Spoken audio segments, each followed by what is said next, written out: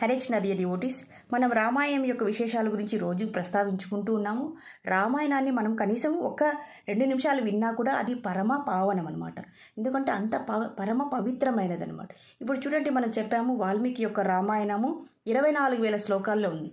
అదే మనము మహాభారతం చూస్తే 1,00,000 శ్లోకాల్లో ఉంది. మరి శ్రీమద్ భాగవతాన్ని చూస్తే 18,000 శ్లోకాలు ఉన్నాయి.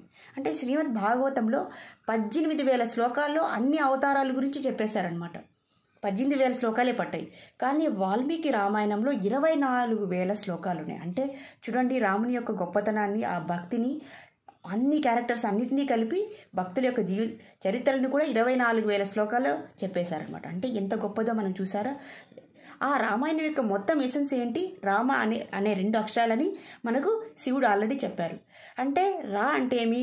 రా అంటే రాధారాణి, రా అంటే రమ లక్ష్మీదేవి, రా అంటే సీతాదేవి, రకార శ్రీమతి రాధారాణి, మకార మధుసూదన, త్వయో విగ్రహ సంయోగాత్ అంటే ఆ రాణి మాని రెండింటినీ కలిపితే రామనామ ఇతి కిల. మనం చెప్పాం కదా, రామ అంటే మన పాపాలన్నీ వెళ్ళి తిరిగి మనకు రావన్నమాట. అందుకే చెప్పారు రామచరితం అనేది అంత విశిష్టమైనది. మనము విని ఆ రామనామాన్ని నిత్యం మనము శివుడిలాగా జపిస్తే మనకు అంతే అనుభూతి అనేది కలుగుతుంది, భక్తి అనేది మనకు ప్రజ్వలిస్తుంది, అలాగే మన జీవితం అనేది సాఫల్యం అవుతుంది. మనం చెప్పాం కదా, చరితం రఘునాథస్య శతకోటి ప్రవిస్తరం ఏకైకాక్షరం పుంసాం మహాపాతక నాశనం. అంటే ఏంటి? రామచరితం అనేది ఒరిజినల్ వర్షన్ చెప్పాను ఆల్రెడీ.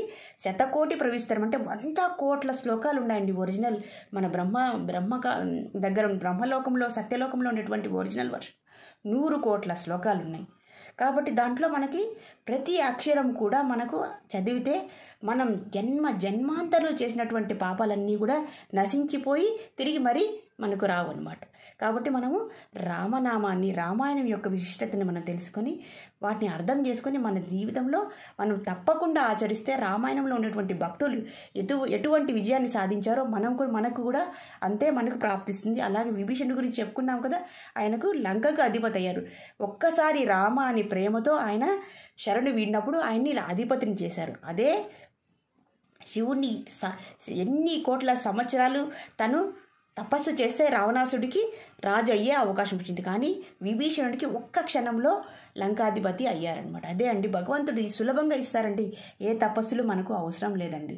భక్తితో రామ అంటే తప్పకుండా ఆయన మనకు అన్ని అపులెన్సెస్ని ఇస్తారు. హరే కృష్ణ హరే కృష్ణ కృష్ణ కృష్ణ హరే హరే, హరే రామ రామ రామ హరే హరే.